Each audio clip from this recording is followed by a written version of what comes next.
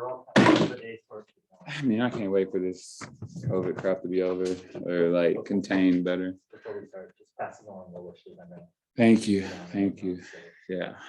With coming back in, you had a look that you came out even maybe a little pissed off and wanted to kind of make a statement again tonight. Did it kind of feel like you wanted to be in this atmosphere again after the week you've had and wanting to be back out on the court? Definitely. Grandfather passing, funeral, all that.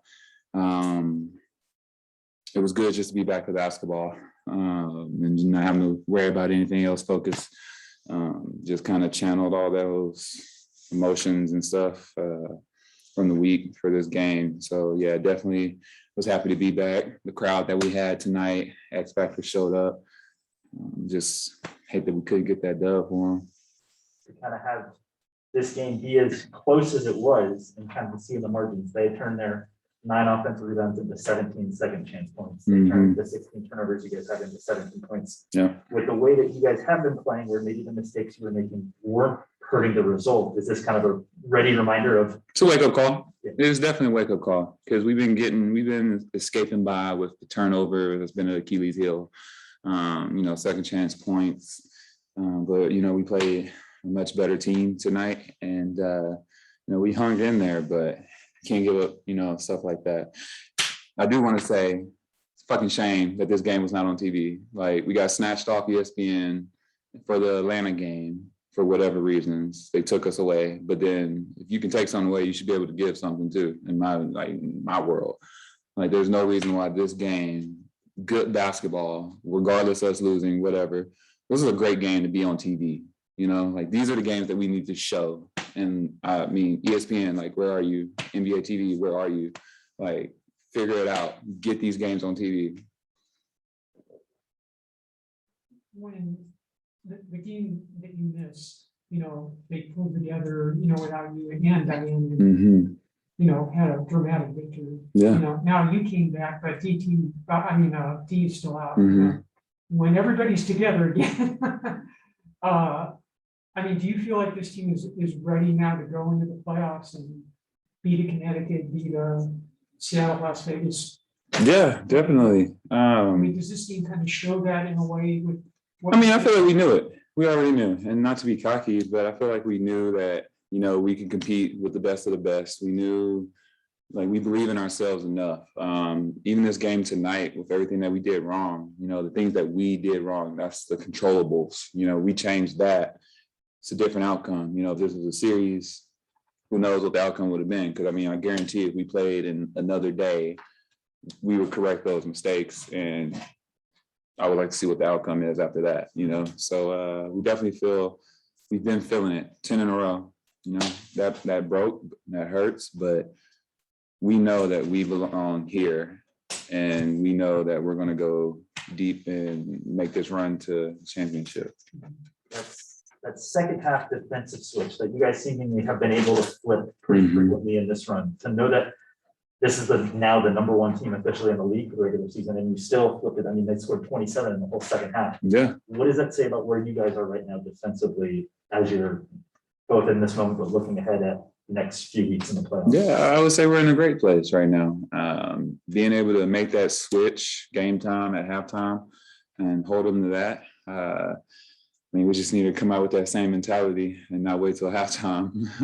But it just shows that our defense is clicking. We know what we need to do. We just need to do it a little bit earlier, so the outcome is different. That's all. How are you looking to respark this fire, this streak, that as you look to rebuild momentum for the playoffs?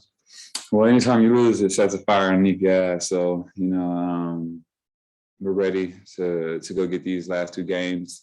Not being cocky, but realistically, we know we can go out and win these last 2.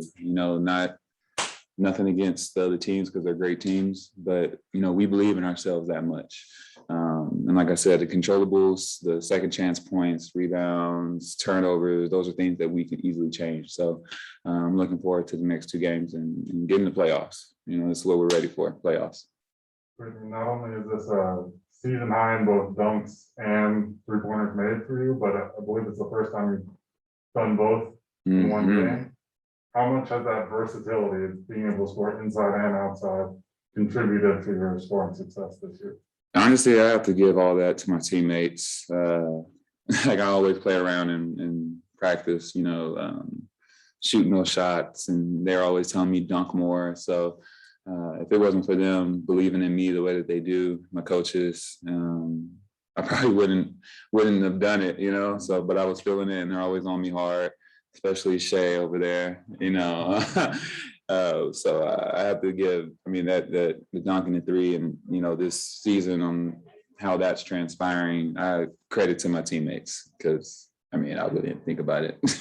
But you're 30 and you've now had the most dunks in a single season that you've had in your whole career. Aging like wine, baby. Okay, I get better. You told us you're feeling springy at the start of the year, and I will. you're proving it. I am. I'm still feeling a little springy, So, yeah, I don't know. 30 is the new 20. One last question for me. You mentioned how much this game should have been on ESPN, on NBA, Mhm. somewhere. Yeah. Did you feel that this was a true playoff experience, playoff environment, playoff atmosphere between one of the top teams? Definitely was. I mean, you heard the crowd in there, and I wish everything I don't want to get fined. Never mind. But I just wish it was the atmosphere and everything kind of was like the playoffs, so it would have been better. But definitely. I mean, you saw that crowd. Definitely deserved to be on TV with that, and it was a good game. It was a great game.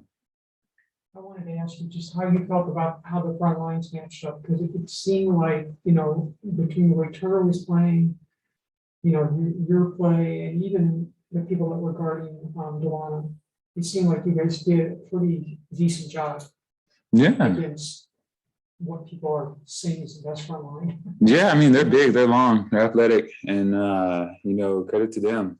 I mean, they're really good. And when you get out there, you really realize how big they are and long. And so, credit to us for doing what we did. And yeah, I mean, these are the games that we live for. These are the games that you want to play against. Like, you want to play against, the best, and you want to play against the big front. So I think we matched up well. I think we did great too.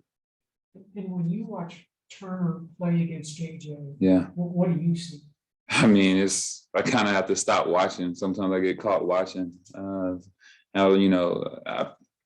my teammate overseas. I play against her every day in practice. It's hard.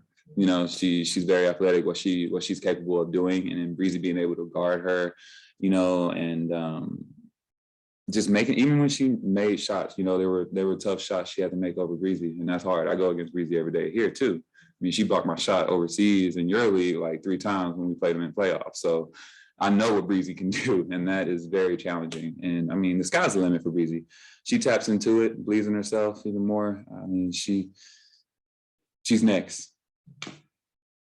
Nice to meet you. Cool. I actually think that's fine. That's definitely not my phone. Sorry about that. I'm sitting right back. Ask her about all her nicknames. Don't ask me about that. I feel like you just heard that same talk about Breezy from you earlier.